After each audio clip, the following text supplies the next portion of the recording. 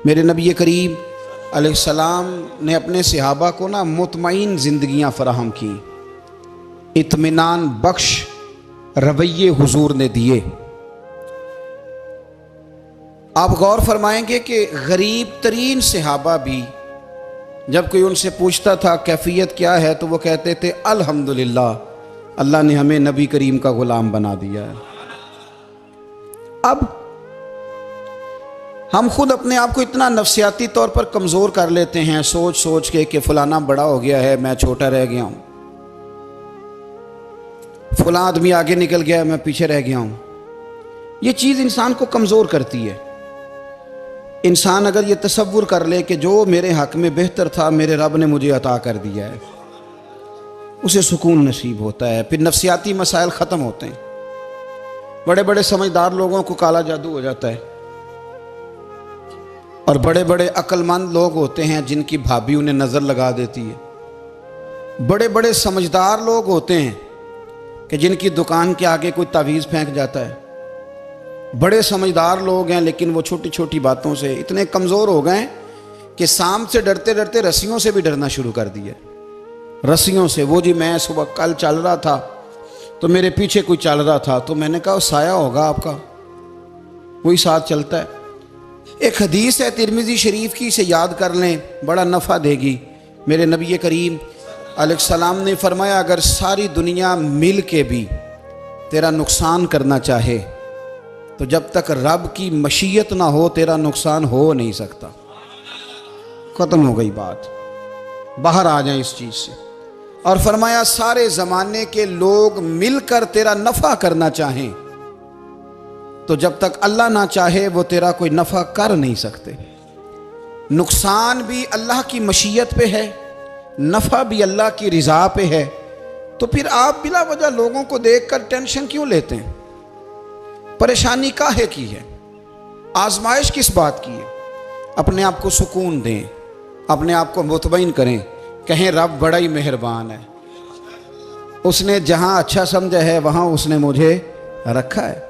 अपने जहन को इत्मीनान दें, सुकून दें। मेरे नबी करीम अलैहिस्सलातु सलाम की पूरी हयात मुबारका में आपको शिकवा नहीं मिलेगा कहीं भी। हुजूर यतीम पैदा हुए, कितनी दफ़ा आपको किताबों में मिलता है कि हुजूर रोए हों कि मेरा बाप होता तो ऐसे होता, मेरी अम्मा होती तो ऐसे होती। हम रोज़ नहीं रोते। नबी करीम सल्लल्लाहु ताला अलैहि वसल्लम ने अपनी ज़िंदगी सारी आजमाइशों में गुजारी। कहीं आपको महसूस होता है कि नबी करीम सल्लल्लाहु अलैहि वसल्लम किसी के पास बैठे और फरमाया आओ मैं तुम्हें अपने दुख सुनाऊं? हमें तो मसला बन गया है, हम लोगों ने अपने आप को गैर मुतमईन बना लिया है। हम उन सारी चीज़ों की डिमांड करते हैं जो हमारे मालिक ने मुनासिब नहीं समझी हमें देनी। हमें अपने आप को मुतमईन करना चाहिए, सुकून में रखना चाहिए। अगर आप थोड़ा सा अपने आप को सुकून दें, इत्मीनान दें, कहें अल्हम्दुलिल्लाह, अल्लाह तबारक व तआला जहाँ जिसको चाहता है वहाँ उसे बिठा दिया करता है। फिर हम लोगों का मनसब छीनना चाहते हैं, हसद करते हैं, बुग़्ज़ पैदा होता है, अदावत पैदा होती है, नुकसान होता है। फितरी तौर पर जो सलाहियतें अल्लाह ने दी होती हैं उनको भी जंग लग जाता है, जंग लगने लगता है उन सब चीज़ों को जो अल्लाह ने अपने फजल से हमें दी होती हैं। तो बात को याद रखें, ज़िंदगी में आप मुतमईन हो जाएं कि रब करीम ने जो दिया है वो कमाल ही दिया है, कमाल ही। हुजूर की एक ज़ौजा मोहतरमा थी तो उनके हाथ ज़रा लंबे थे, मोमिनों की माँ। बाज़ ख़वातीन ने उनसे कहा कि लंबे हाथों वाली, हम बना लेते हैं ना ये भी बात कि उसका नाक मोटा है तो इसकी आंखें छोटी हैं, तो उसके कान बड़े हैं तो इसके हाथ कैसे हैं। तो कहा लंबे हाथों वाली, तो वो परेशान हो गई। नबी करीम अलैहिस्सलाम तशरीफ़ लाए, क्या हुआ? अर्ज़ की या रसूलल्लाह मुझे लंबे हाथों वाली कहते हैं। तो हुजूर फरमाने लगे ये परेशान होने वाली बात है कि खुश होने वाली बात? या रसूलल्लाह क्या मतलब? फरमाया तू कह कि रब ने लंबे हाथ इसलिए दिए हैं ताकि मैं सखावत ज़्यादा कर सकूँ, मैं सखावत ज़्यादा। ये जो मेरा चेहरा है ना, ये जो आपका चेहरा है, ये आपकी चाहत है कि अल्लाह की? फी अय्यि सूरति मा शाअ रक्कबक, अल्लाह फरमाते हैं जैसे मैंने चाहा है वैसे तुझे बनाया है। तो अगर मेरा मोटा नाक, मेरी छोटी आंखें, मेरी बड़ी आंखें, मेरे चिपटे कान, ये मेरे तो नहीं, ये तो मेरे रब की चाहत है। मुझे अपने मोटे होंठों से नफरत करनी चाहिए कि अल्लाह की चाहत से प्यार करना चाहिए? मुझे अपने काले रंग पर परेशान रहना चाहिए कि रब की चाहत पर मुझे प्यार आना चाहिए? अल्लाह की चाहत पर प्यार कर, ये चाहत है अल्लाह की, ये चाहत है। तो अल्लाह की चाहत से मोहब्बत कर।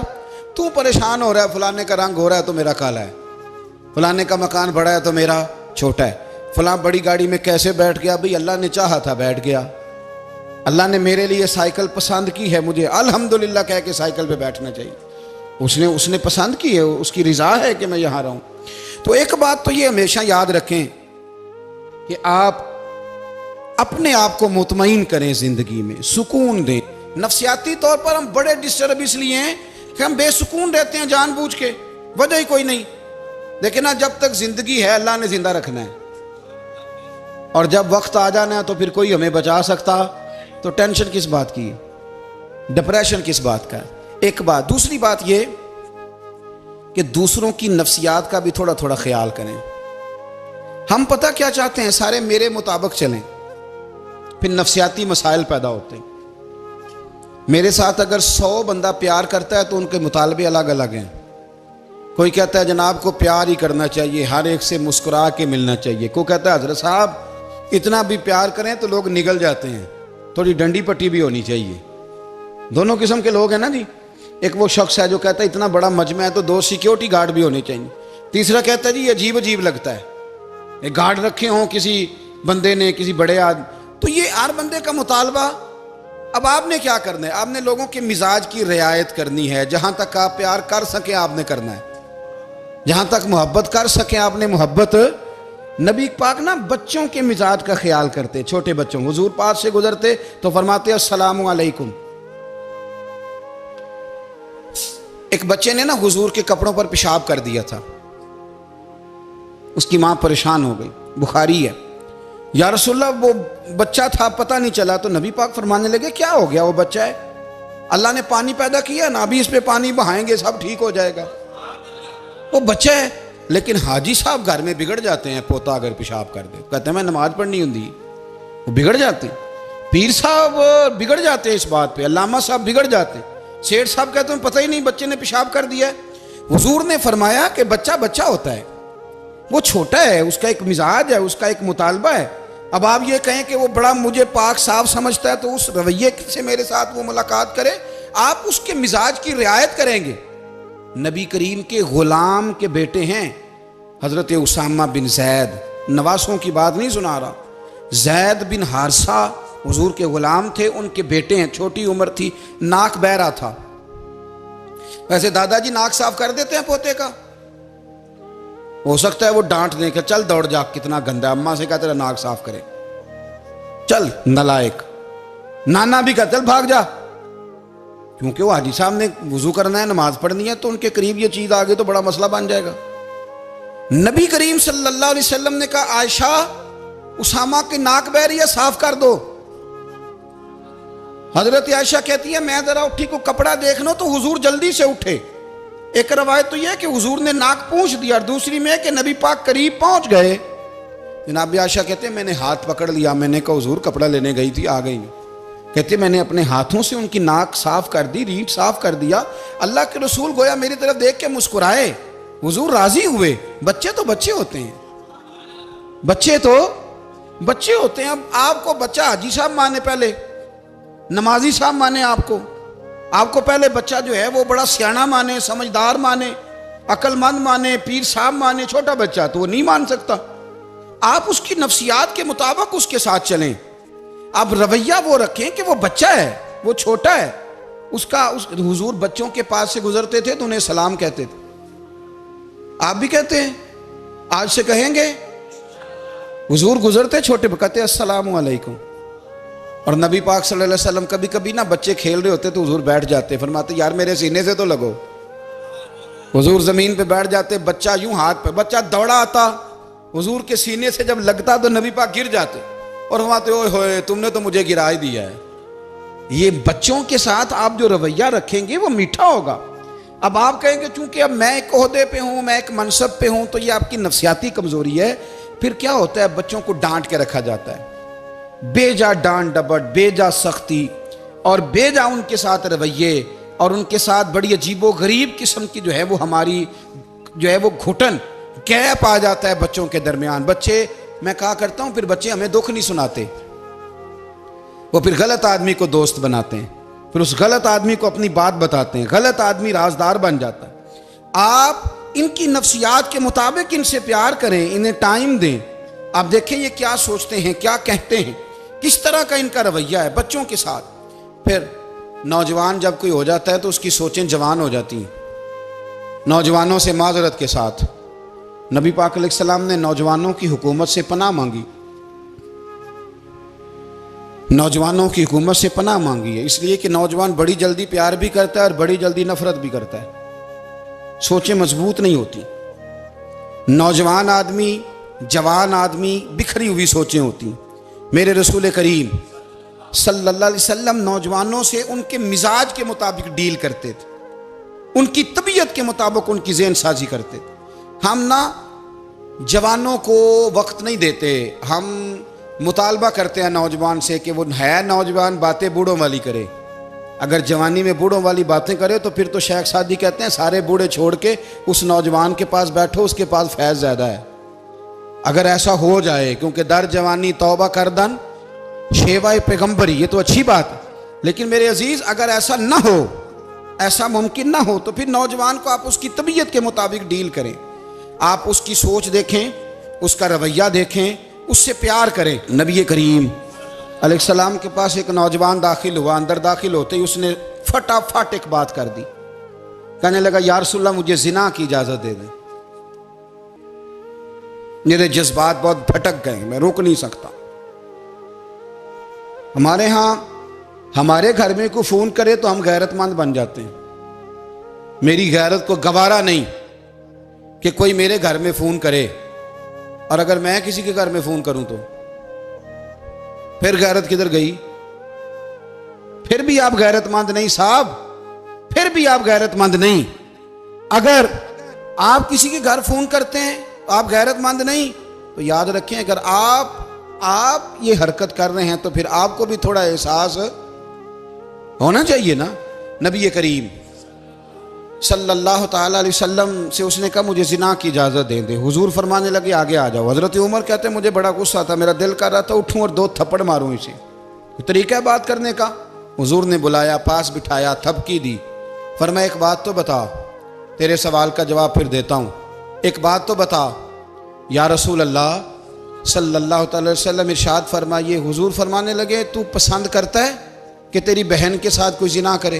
पसंद करता है तू कि तेरी बहन के साथ कोई जिना करे? कहने लगा हुजूर मैं बात भी सुनना पसंद नहीं करता।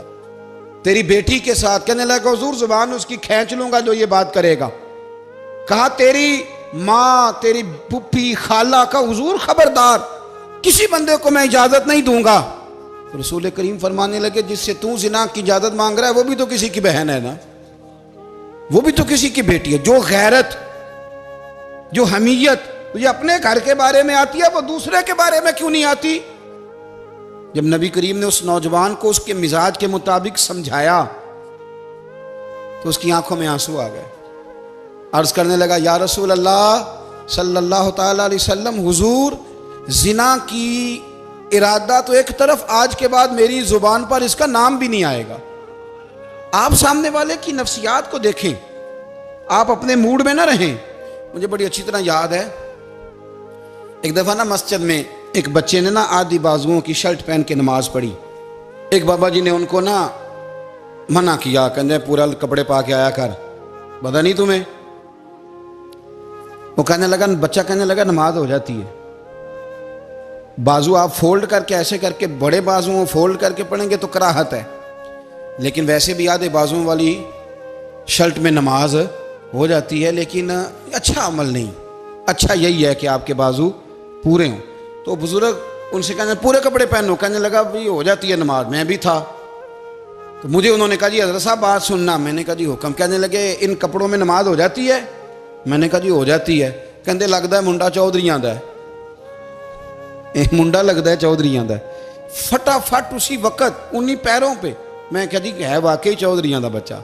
लेकिन मसला ये है कि दीन चौधरी के लिए भी वही है और गरीब के लिए भी। तो आप इस बच्चे बेचारे को अंदर आने तो दें, इसको मस्जिद में दाखिल होने दें, इंशाल्लाह कपड़े भी ठीक पहन के आ ही जाएगा। लेकिन हमने तो ज़हन बना लिया है कि हमने अपनी मर्जी के मुताबिक लोगों को काबू करना है। हम लोगों की जहन के मुताबिक उतरने को तैयार नहीं, बस सारे मेरे मुताबिक चलें। ये तो बात को पेशवा करेगा, मुक्तदा करेगा, वो भी समझाएगा। रसूल करीम अलैहिस्सलाम लोगों को जबरन नहीं झुकाते थे, हुजूर दलाइल देते थे। नौजवान बच्चों को मौका दें, इन्हें समझाएं, इन्हें कायल करें, इनसे प्यार करें, इनकी नफ्सियात को समझें, उसके मुताबिक इनके साथ आप डील करें, फिर आगे बढ़ें। औरतों के बारे में मेरे नबी करीम अलैहिस्सलाम ने बड़ी नसीहत फरमाई है। महबूब करीम फरमाने लगे, औरत टेढ़ी पसली से पैदा की गई है, सीधा करना चाहोगे टूट जाएगी। ये जैसी है इसके साथ वैसे ही गुजारा करो, इसकी नफ्सियात को समझ जाओ। औरत थोड़ा सा चाहती है कि वो खाना पकाए तो उसकी तारीफ कर दी जाए, तो भाई खड़ी है सुबह से बवर्ती खाने में, दो लफ्ज़ बोलने में कोई हर्ज है। और अगर कभी नमक ज़्यादा हो भी जाए तो क्या ख्याल है, बीवी जानबूझ के ज़्यादा डालती है, उसका शौक है कि उसकी इंसल्ट हो। हमारा रवैया इतना सख्त होता है, बाज़ औक़ात इतना तकलीफ दे होता है कि उससे जज्बात को ठेस पहुँचती है, मिजाज में खराबी आती है।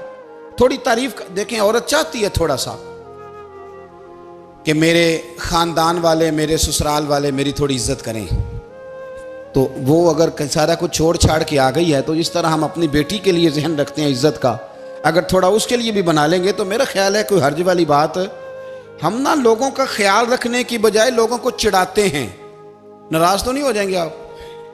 नहीं, रहन देने लगता है तुझा हो जाना है भाई, चिढ़ाते हैं लोग। किसी ने कह दिया ना कि ये मेरे घर ना आए आज के बाद, बाप ने बेटे को कह दिया ये तेरा रिश्तेदार ना आए, वो कहता है तू सवेरे जरूर आई, वेखांगा तेनू कड़ा डकदा है, आना सुबह। वो किसी ने कह दिया ना इस गली से ना गुजरना, कहना मैं अभी गुजरूंगा, तू देख ले जो तूने करना है। हम लोगों की नफ्सियात के, बल्कि पता चल जाए ना फलाने को फलान चीज बुरी लगती है, उसको लोग जबरदस्ती करते हैं, चिढ़ाते हैं, नफरतें पैदा करते हैं, उसके अंदर गुरूर लाते हैं, मिजाज के अंदर चिड़चिड़ापन पैदा करते हैं। ये काम ना करें। आप अपने लिए क्या ग्राउंड बना रहे हैं कि लोग आपसे नफरत करें, लोग तकलीफ दें आपको। ये नौजवान बच्चे, किसी ने हारन दे दिया गाड़ी का, तो आप इसने गाड़ी पीछे करनी नहीं, वो मां बदौलत को हारन बजा दिया है। ये मुहज़्ज़ब कौमों का ये रवैया नहीं होता। ये तो वो कौमें हैं जो मतलब बड़ी तंग है अपने आप से, ये बड़े आवाज़ार लोग हैं। ठंडे रहें, मीठे रहें, प्यार करें, दूसरों के जज्बात का एहसास करें। नबी करीम सल्लल्लाहु ताला अलैहि वसल्लम ने एक दिन हज़रत आयशा सिद्दीक़ा से कहा, आयशा तेरे साथ एक बात ना करूं, हुजूर करें। फरमाया जब तू नाराज़ होती है तब भी मुझे पता चल जाता है, और जब तू राज़ी होती है तब भी मुझे खबर हो जाती है। इतना ध्यान रखते हैं खामन घर में कि अब इसकी पोजीशन क्या है और अब ये क्या सोचती है और किस बात पे इसको जो है वो नाराज़गी होती है। मुझे जब तू राज़ी होती है तब भी पता होता है नाराज़। तो हज़रत आयशा कहती है नहीं नहीं हुजूर ऐसी तो बात ही कोई नहीं, आप बताएं। तो हुजूर फरमाने लगे जब मैं किसी और ज़ौजा के पास थोड़ा वक्त गुजार लेता हूँ ज़्यादा, और जब मैं आता हूँ तो तू नाराज़ होती है। या रसूल अल्लाह आपको कैसे पता? फरमाया बताऊँ हुजूर बताएं। फरमाया उस वक्त जब तू कसम उठाती है तो कहती है ला व रब इब्राहीम, मुझे इब्राहीम के रब की कसम। और जब तू मुझसे राज़ी होती है तो तू कहती है ला व रब मोहम्मद, मुझे मोहम्मद के रब की कसम। तू फिर हज़रत इब्राहीम का नाम ले लेके का हज़रत आयशा कहने लगी महबूबा कुर्बान जाऊँ, बात बिल्कुल ठीक है, ऐसे ही है या रसूल अल्लाह, बिल्कुल बिल्कुल ऐसे ही है। जब थोड़ी खफगी होती है तो मैं ये काम, तो हुजूर तो लोगों के मिजाज का ख्याल करते थे, नबी करीम को तो पता होता था। लेकिन माँ बदौलत कहते हैं सारे मेरी मर्जी के मुताबिक चलें। हाँ, मैंने ज़िंदगी में ये तजुर्बा भी किया है कि आप लोगों का ख्याल रखने लग जाते हैं तो लोग ख़राब भी हो जाते हैं, इसमें कोई शक नहीं। वो समझते हैं शायद मेरी ज़रूरत बड़ी है, ना ना ये बात नहीं भाई, बात कुछ और है। हुजूर रहमत लिल आलमीन है ना, तो काफिर है या मुनाफिक है, हुजूर की तो ड्यूटी है प्यार करना। लेकिन काफिर को तो चाहिए ना कलमा पढ़े, मुनाफिक को तो चाहिए ना मोमिन बने। ओ भाई मैंने कहा वो बुजुर्ग हैं, उनकी जिम्मेदारी ही प्यार करना है, वो जो भी जाएगा उससे। लेकिन तू बता तूने प्यार में से सीखा क्या है, लिया क्या है, तेरे ऊपर असर क्या है? प्यार करना, शफकत करना और है, ये जुमला मेरा याद रखना। प्यार करना किसी से और है और उससे राजी रहना ये बात और है। किसी पर शफकत करना और है और उस बंदे से राजी रहना, ये आप देखें कि वो राजी है आपसे कि नहीं, कि खाली प्यार है, खाली शफकत है। शफकत तो मजबूरी है, करनी है। तो मेरे अजीज याद रखें, नबी करीम थोड़ा थोड़ा ख्याल करते, देखते बंदा उसके मिजाज के मुताबिक, देहाती आता तो हुजूर उसका भी ख्याल करते। हजरत ज़ाहिर देहाती थे, वो आते थे तरकारियां लेके गांव से, नबी करीम सल्लल्लाहु अलैहि वसल्लम प्यार करते थे, वो कई दफ़ा अजीबो गरीब बातें भी करते थे, हुजूर मोहब्बत से पेश आते थे, तबीयत का ख्याल करते, उनके मामलात को देखते। मेरे रसूल पाक अलैहिस्सलाम तो देखते कौन शख्स किस तरह का है, किस रवैये का है, किस अंदाज का है, उसको उसके मुताबिक इज्जत देते, वक़ार देते, नवाज देते, उस शख्स का उस तरह का इकराम करते। मेरे नबी करीम सल्लल्लाहु अलैहि वसल्लम फरमाते हैं, मैंने मेराज की रात मैंने जन्नत में एक महल देखा। मेरा दिल किया मैं अंदर से जाके देखूं, पर उसके दरवाजे के करीब गया तो उमर फारूक का नाम लिखा था। फरमाते हैं मैंने कहा उमर जरा तबीयत का सख्त है। उसने कहना है कानून ये है कि पहले इजाजत लो फिर किसी के घर जाओ। चलो हम नहीं जाते, उमर से पूछ के चले जाएंगे।